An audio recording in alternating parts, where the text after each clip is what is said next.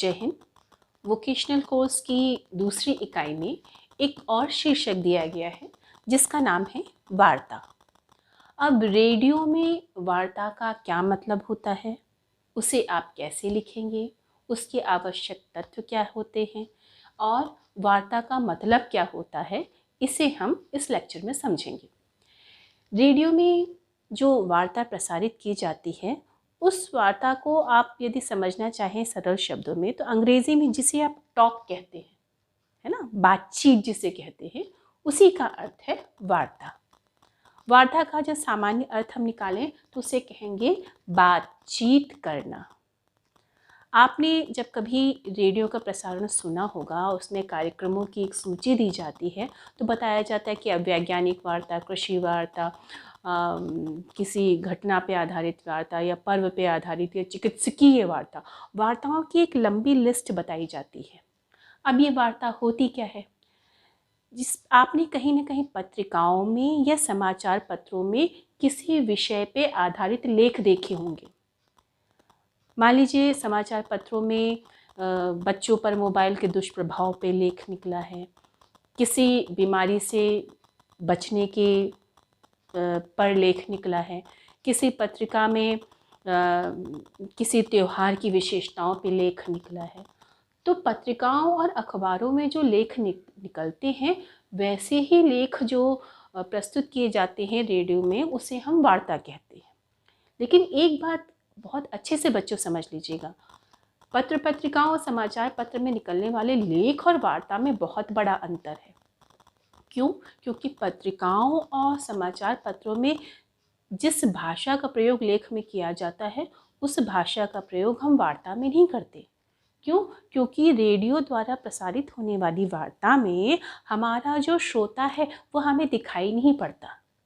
इसलिए हम जब वार्ता लिखेंगे, कोई भी वार्ता यदि हमें लिखने को मिली है, मान लीजिए किसी पर्व पे, किसी बीमारी पे, तो हम क्या करेंगे, हम ऐसे वार्ता लिखेंगे जिससे हमें लगेगा हम दूर बैठे किसी श्रोता से बातचीत कर रहे हैं, हमें उस वार्ता में उसको बांधना है।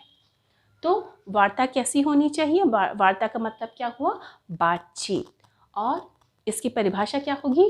किसी विषय का जो जानकार है वह श्रोताओं से बातचीत की शैली में उस विषय की जानकारी देता है तो उसे हम वार्ता कहते हैं। और यही वार्ता रेडियो पे प्रसारित की जाती है।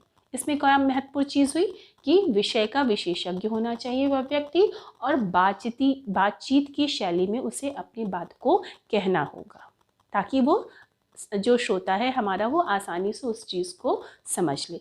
और उसमें उसे जानकारी भी देनी है, सरल सी भाषा में उसे आवश्यक जानकारी भी देनी है। ये नहीं कि आप सरल भाषा के पक्ष में पढ़ते हुए आप जानकारी प्रस्तुत ना करें, नहीं, विषय के विशेषज्ञ को जानकारी देनी है, बातचीत की सरल भाषा में, बातचीत की शैली में ही वह हमें प्रस्तुत करनी, इसे ही हम वार्ता कहते हैं। अब जब आपको वार्ता लिखने के लिए कहा जाएगा तो कुछ महत्वपूर्ण चीज़ें आपको उस वार्ता में समाहित करनी है। क्या?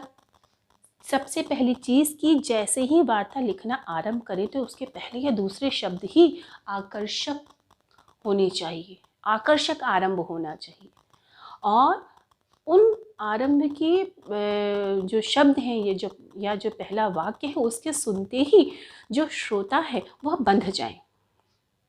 उदाहरण के लिए मैं आपसे बताऊं कि यदि विज्ञान पे कोई वार्ता प्रस्तुत होनी है और उसमें कॉम्पोजिटिव पौधों पे कोई वार्ता होनी है, शीर्षक कॉम्पोजिटिव पौधे, तो आप लिखेंगे क्या?